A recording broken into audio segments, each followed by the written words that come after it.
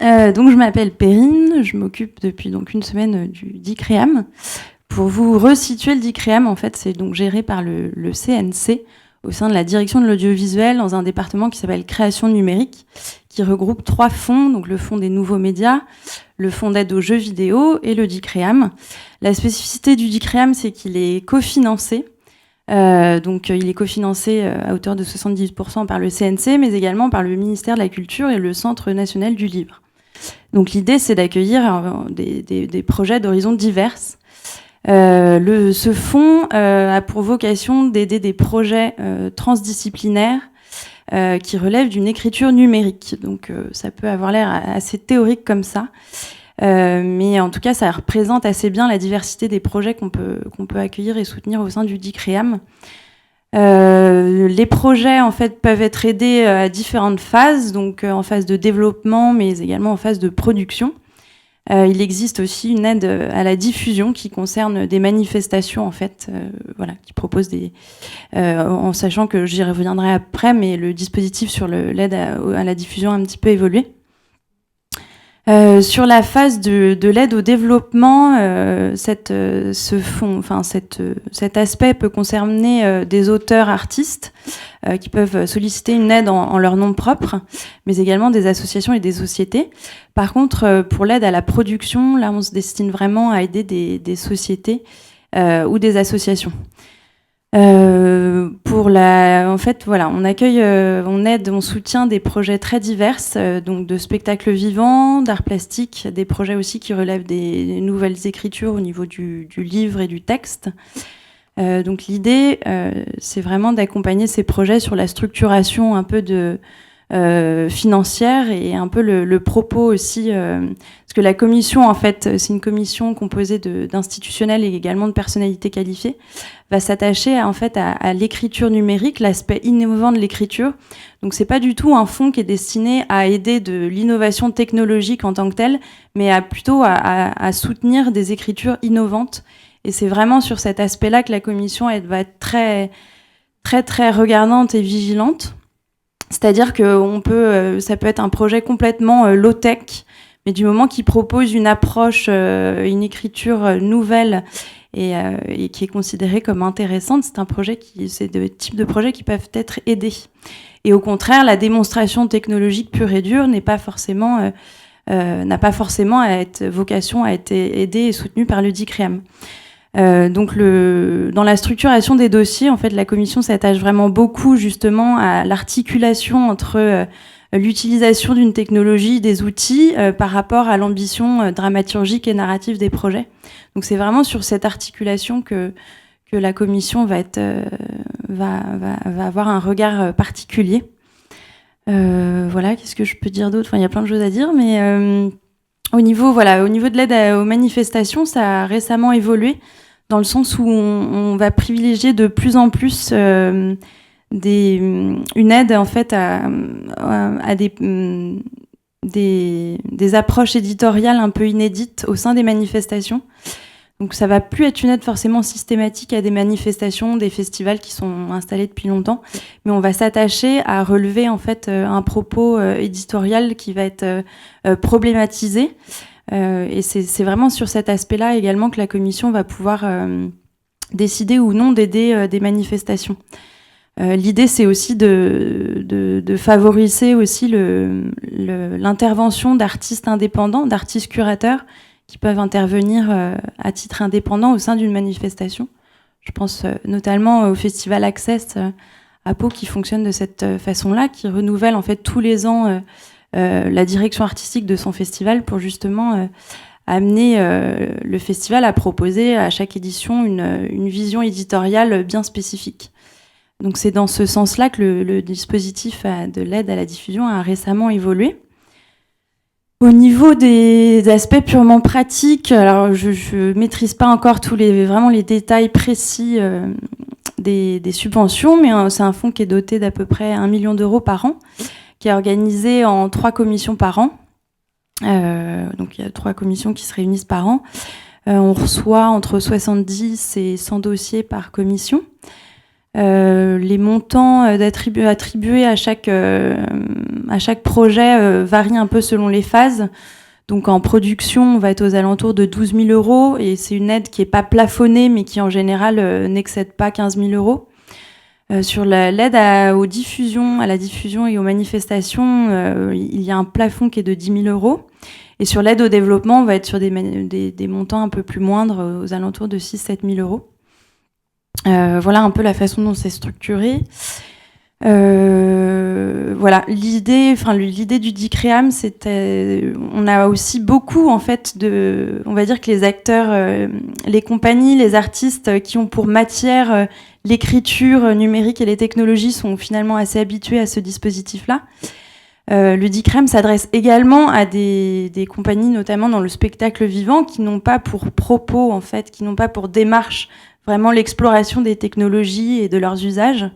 Donc le DICREAM est là, effectivement, là aussi pour accompagner en fait ces porteurs de projets. Ça peut être j'ai récemment discuté avec des gens qui travaillent sur de l'opéra, donc de la création lyrique. C'est également le but, c'est également d'accompagner des démarches un peu d'exploration de nouveaux outils dans le cadre d'écriture dramaturgique divers et variés.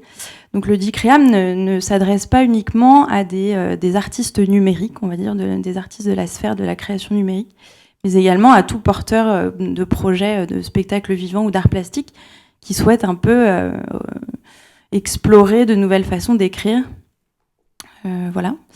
Au niveau, juste pour revenir, c'est pas très structuré ce que je dis, mais au niveau juste vraiment de la différenciation entre la phase de développement et de production, outre la différenciation qui se fait au niveau du porteur de projet, qui peut être un auteur en phase de développement, mais qui doit être systématiquement une structure associative ou société en phase de production, l'idée c'est de bien aussi comprendre l'articulation de ces deux phases, c'est-à-dire que la phase de développement, elle est vraiment destinée à soutenir en fait un artiste qui a une intuition, une ambition, mais qui souhaite en fait tester des protocoles, des dispositifs, des outils. Donc la phase de développement, c'est vraiment un accompagnement à l'expérimentation vraiment d'outils et de types d'écriture. La phase de production, on va dire que de façon assez schématique, c'est une fois que cette phase de développement est un petit peu clôturée, qu'on sait vers quel outil on s'oriente pour le reste de l'écriture du projet et la production du projet.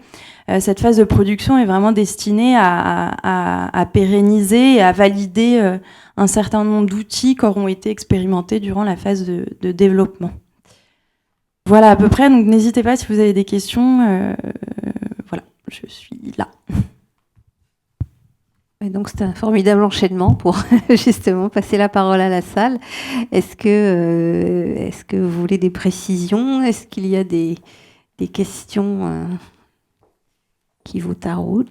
Est-ce que vous avez des projets que vous voudriez proposer? Vous ne savez pas si ça rentre dans les cadres?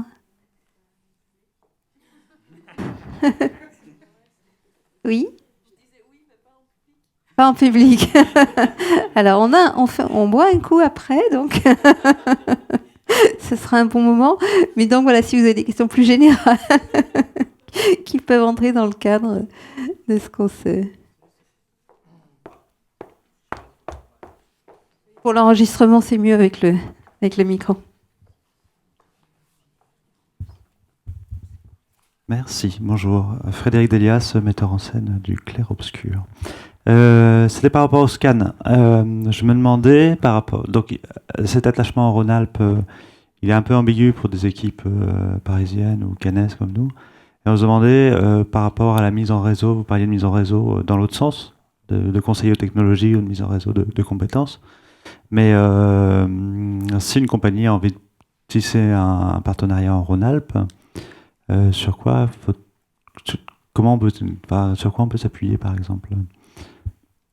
Alors, on connaît des structures, évidemment, en diffusion, etc., mais pour monter des productions, est-ce que le scan peut être aussi un relais de contact? Ouais. Alors, le scan en soi, il n'a pas vocation à être un relais de contact. En revanche, si vous avez... Enfin, moi, je peux être un relais.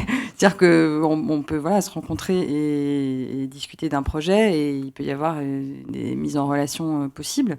Et ensuite... en fonction de ça, vous pouvez déposer un dossier. Mais ce que j'ai peut-être pas très bien compris dans votre question, c'est si vous avez déjà ces contacts en Rhône-Alpes, d'une certaine manière, la question se pose pas. Voilà. Enfin, on en connaît, mais voilà. Aujourd'hui, c'est plus voilà.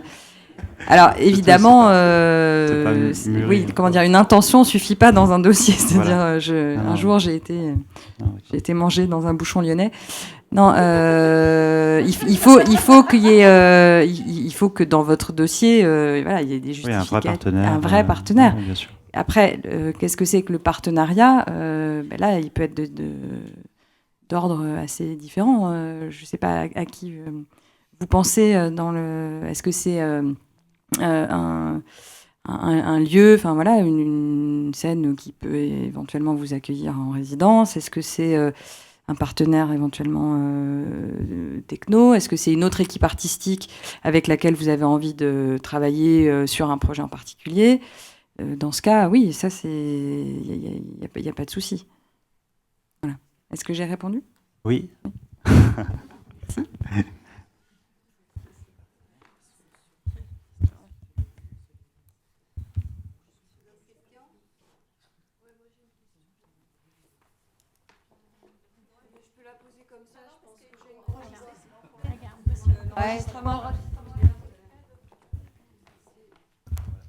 Bonjour, c'est pour le fonds Pictet Nouveau. Je voulais savoir si tous les partenaires devaient être dans le Nord-Pas-de-Calais ou si bien des consortiums déjà constitués dans une autre région et qui éventuellement avaient avaient des partenaires nouveaux qui venaient se constituer avec en Nord-Pas-de-Calais, on pouvait accéder au fonds d'expérience interactive. Non, c'est pas le fonds est ouvert à des producteurs qui viennent de partout. En Transmédia, les 3 projets sur 4 sont des producteurs parisiens. En audiovisuel, le Paris est énorme. Après, il faut quand même qu'il y ait certains des partenaires qui soient en région, voilà. Oui, d'accord. C'est-à-dire que ça paraît évident. Ou c'est des déménagements, enfin il y a des cas de figure, on regarde, faut venir nous voir. Pas de souci. Pas de souci. Non, c'est pas. Non, justement, on est extrêmement strict là-dessus, par contre. Hein. C'est-à-dire qu'on est super strict. On a eu déjà on est vraiment très strict sur l'application. C'est comme la région nous confie cet argent. Pour cette raison-là, on est super strict sur l'application. Il y a déjà eu des filous et c'est extrêmement embêtant. Voilà. On arrête de le faire s'arriver. Une fois, on en a arrêté un pour cette raison-là. C'est-à-dire que je veux dire, faut pas mentir. Faut finir faire dans le Nord-Pas-de-Calais ce qui est promis dans le dossier, voilà. Mais pas tout, quoi. Il y a une partie qui peut être faite dans une... Bien sûr, même une partie importante, ça dépend de la taille. La contrainte, c'est qu'il faut qu'il y ait 2 fois plus d'argent que ce que nous, on propose en coproduction, qui soit dépensé dans la région. Donc si c'est un projet j'ai eu des très gros projets, des fois, de théâtre, où il n'y avait que 10%, on avait mis 15 000 €, il n'y avait que 15% du projet qui était fait dans la région Nord-Pas-de-Calais. Je veux dire, parce qu'il y avait une partie de la création qui était là et qu'il y avait une PME qui avait participé, voilà.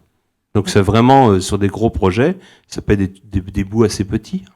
On regarde au cas par cas, voilà. D'accord, merci. Par contre, où on est on regarde quand même assez finement, c'est faut que ça ait un impact pour notre région.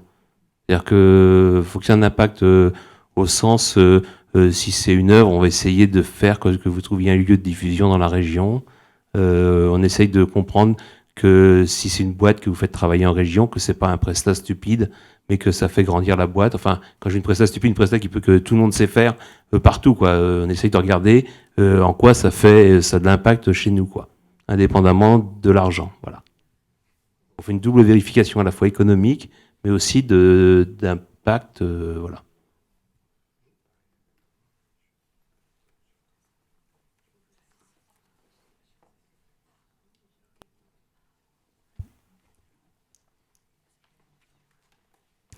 On peut encore prendre une ou 2 questions, après on va passer à la table ronde suivante. Oui, j'arrive.